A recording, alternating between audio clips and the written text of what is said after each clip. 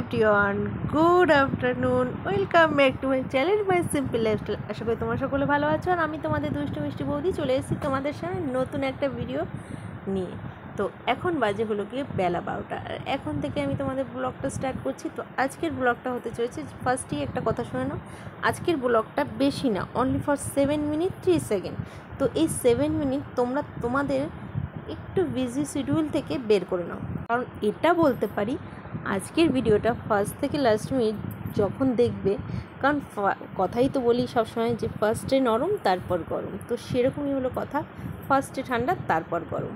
তো পুরো ভিডিওটা দেখতে হবে, কিন্তু 7 মিনিটের ভিডিওটা সবাই একটু মনোযোগ দিয়ে দেখো। পুরো ভিডিওটা দেখলে আমি বলতে পারি আজকে যে 100% তোমরা মানে এই 7টা মিনিট লস করবে না, এইটুখানি তোমাদের আমি বলতে পারি।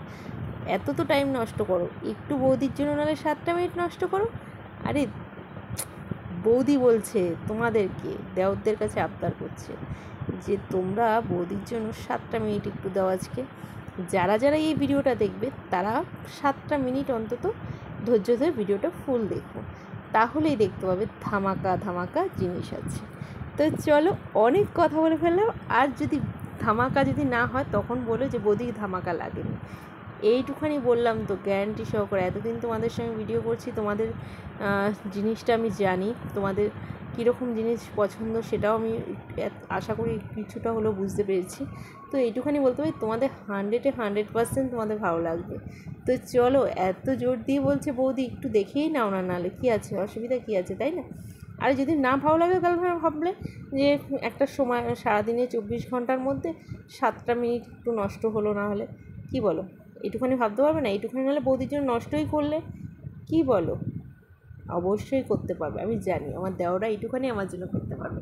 তো চলো, অনেক কথা বলে ফেললাম। আর এদিকে দেখো, সকালবেলা রান্নাবান্না কমপ্লিট হয়ে গেছিলো, খাওয়া দাওয়া হয়ে গেছিলো সকালবেলার। এটা মানে ছেলেকে স্কুলে দিয়ে এসে আমি রীতিমতন দেখো ঘেমে নিয়ে একাকার হয়ে গেছে, আর জল চলে এসছে। আর তোমরা তো সকলেই জানো আমি বাড়িতে টিউবওয়েল বসালে কীভাবে যতটা পারি চেষ্টা করি টাইম কলের জলটা ধরা। যখন না থাকি তখন টিউবওয়েলের জলটা চেষ্টা করি, বাট প্রথম দিকে চেষ্টা করি টিউবওয়েল জলেই টোটাল কাজটা করে ফেলা। তাতে কী হয়, কষ্ট হয় না। আর আমার তো অনেকগুলো পেটে অপারেশনের ব্যাপার আছে, সেলাইয়ের ব্যাপার আছে, তো এই কারণে না আমার চাপতেও একটু কষ্টই হয় বলতে গেলে।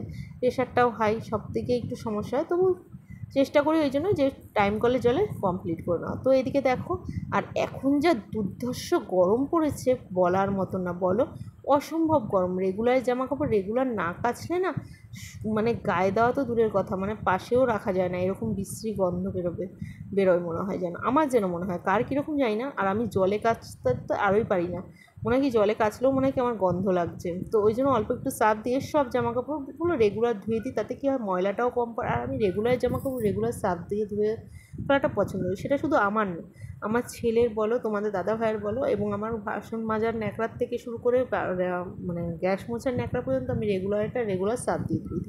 এতে কি হয়, সার্ফের পরিমাণটাও দেখবে অল্প লাগবে, খাটনিটাও তোমার অল্প হবে, আর জিনিসটাও পরিষ্কার থাকবে। তো যাই হোক, এদিকে দেখো এই সাদা ড্রেসটা পরে গিয়েছিলাম কলকাতায়, তোমাদের সঙ্গে শেয়ার করেছিলাম, বাপের বাড়ি গিয়েছিলাম একটু। তো সেইখান থেকে মার্কেটেও গিয়েছিলাম, মার্কেট করে এসেছিলাম। মার্কেটে যাওয়া হয়নি, সরি বাপের বাড়িতে গিয়েছিলাম, বাপের বাড়ি থেকেই চলে এসেছিলাম। তো সেখান থেকে আসার পর না আর ধোয়া হয়নি, এগুলো সব পড়েছিল। তো আর এই দুদিনের রীতিমতন ঘরে পড়া শাড়ি সব ভজেছিল। তো একেবারে দুদিন শরীর খুব খারাপ ছিল, পিরিয়ডস হয়েছিল বলে মানে পেটে খুব অসম্ভব যন্ত্রণা করছিল, ওই জন্য কিছু কাজ করতে পারিনি।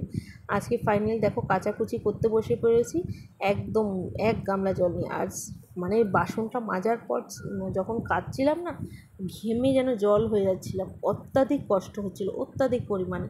তো ওই জন্য বারবার জল ঢালছিলাম আর কাজ করছিলাম। তাতে কি মনে হচ্ছিলো শরীরটা একটু আরাম দিচ্ছিল, যেহেতু জল ঢাললে কী হয় শরীরটা একটু ঠান্ডা ঠান্ডা লাগে, তারপর কাচলে অতটা আবার হচ্ছিল না। এই করে করেই আজকে সময় মানে পুরো মানে এইটা করেছি, বিশ্বাস করো অসম্ভব গরম পড়েছে। কার ওখানে কীরকম গরম পড়েছে আমি জানি না, বাট আমার ওখানে তো মানে টেকা যাচ্ছে না, এত গরম পড়েছে।